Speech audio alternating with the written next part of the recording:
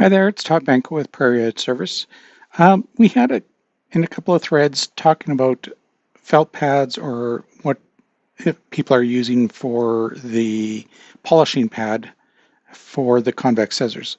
This is Dennis Brooks's diamond polishing pad, and I wanted you to see what a brand new one looks like and what a used one looks like. So first of all, it's not a regular wool pad.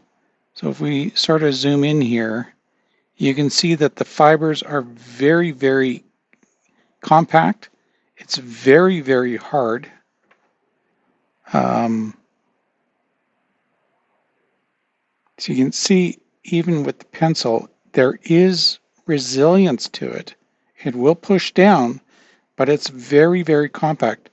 And you can see how just a little bit of how the fibers are picking up the pencil area, and it's just such a short fiber.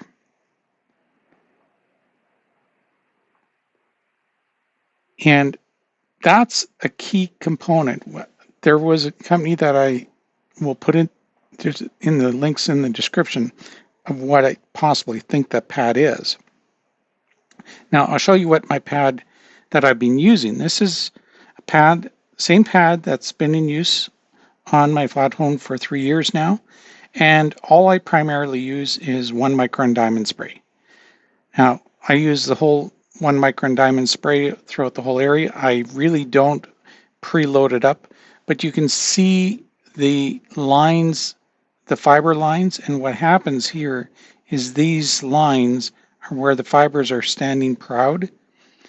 And what's really neat is that when you turn around and run across, it feels velvety because of the nap, the rotating nap goes one direction, then sort of goes against. But those fibers are coming up on each of these rows where you can see them. And if we zoom in, it's really, really hard to sort of showcase what those fibers are like. But it holds the diamond spray very, very well. And I don't use diamond spray on every time that I put the shear in. I'll coat the diamond spray from the outside to the inside all the way while it's spinning, and then I'll probably do 4 or 5 shears. It depends on the condition.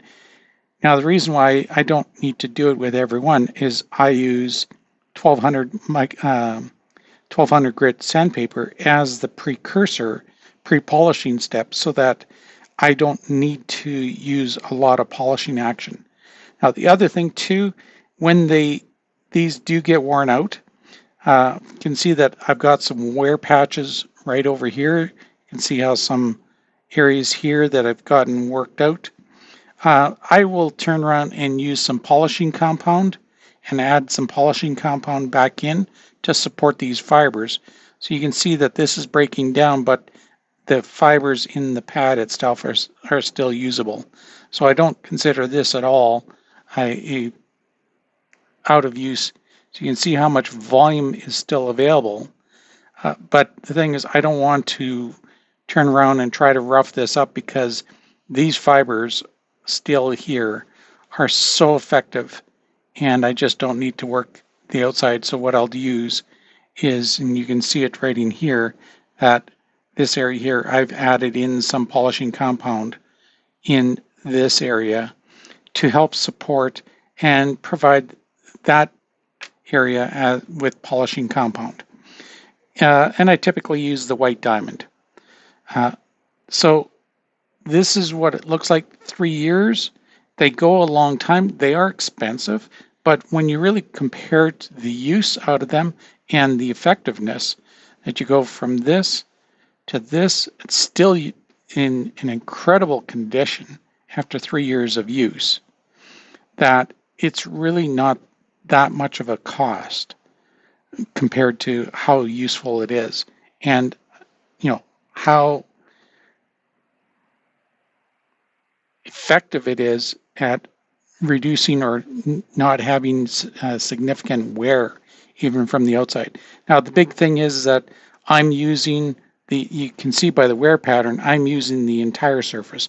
I don't focus all of my polishing just on the outer edge as being the contact point.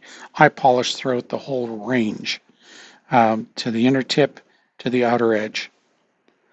So that's just an inside look of what Dennis's polishing pads look like, both in a used condition and in a new condition. So you can, again, see how these fibers, they're just very short-haired fibers.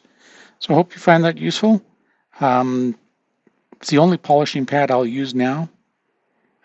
And thanks for watching. Catch you in the next video.